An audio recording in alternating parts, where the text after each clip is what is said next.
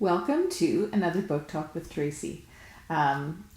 Please excuse or enjoy this very casual atmosphere. I'm going to be reading from one of my books, Frayed Strands. It's actually a compilation of 3 novellas based on characters from the Three Strand Cord series. These were all characters that I felt needed more. They had more to say. And so this short reading is one that I did at an author night recently.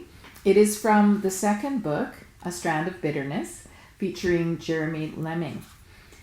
And in this segment, Jeremy is out on his first caribou hunt with his uncle Amoss. Amoss knelt beside Jeremy's still animal. First, we must pray. He reached inside his jacket and pulled out a small satchel. Then he pinched some tobacco between 2 fingers and placed it under the animal's head. Thank you for your sacrifice. May your spirit rise to meet the ancestors in their hunting grounds above the sky. Thank you, Creator, for providing for us. May this animal find rest among its fellows. Jeremy wondered how such a prayer stood with his grandmother, a strong Christian, but he didn't question the action. Help me roll it, Amoss said, gesturing for Jeremy to assist. Together they rolled the animal onto its back, horns stabilizing it in a prone position. It was your kill. You will make the first cut, Amoss said, as he unsheathed a hunting knife. He extended it toward Jeremy, handle first. I've never gutted an animal before, Jeremy admitted. Amoss grunted and proceeded to do the deed himself. Very gently, piercing only the hide and not the gut, he worked upward from its bottom to the rib cage, and then followed the bone to its throat. Jeremy watched in fascination as his uncle Amoss skillfully opened the animal, its hide now flanking the surface of the snow like a cape. Amoss pointed to the internal organs with the tip of his knife. Do you want the first bite of liver? Jeremy's eyes flickered to his uncle's face. The older man's expression was unreadable. Are you serious? Jeremy asked. It has been our custom. Our ancestors used to take a bite of the liver or the heart as a way to gain strength from the animal. Jeremy swallowed. No thanks. Uncle Amoss smiled. I don't care for it either.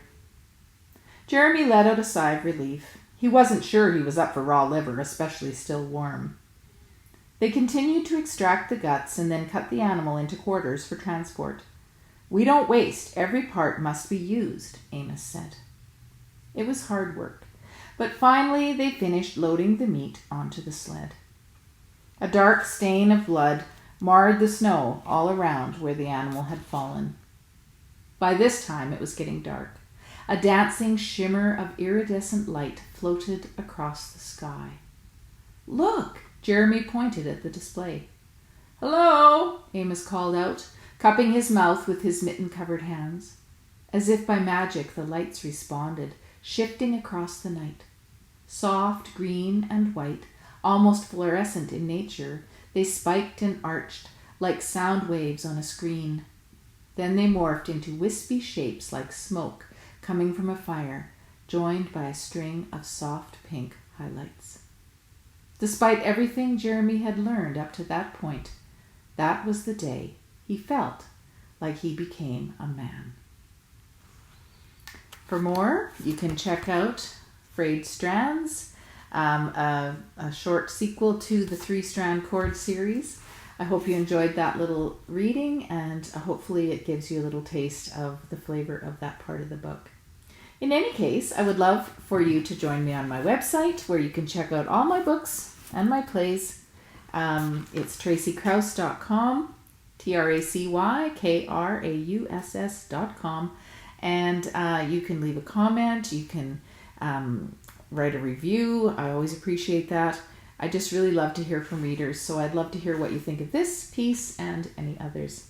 In the meantime, join me again for another Book Talk with Tracy next time. Bye for now.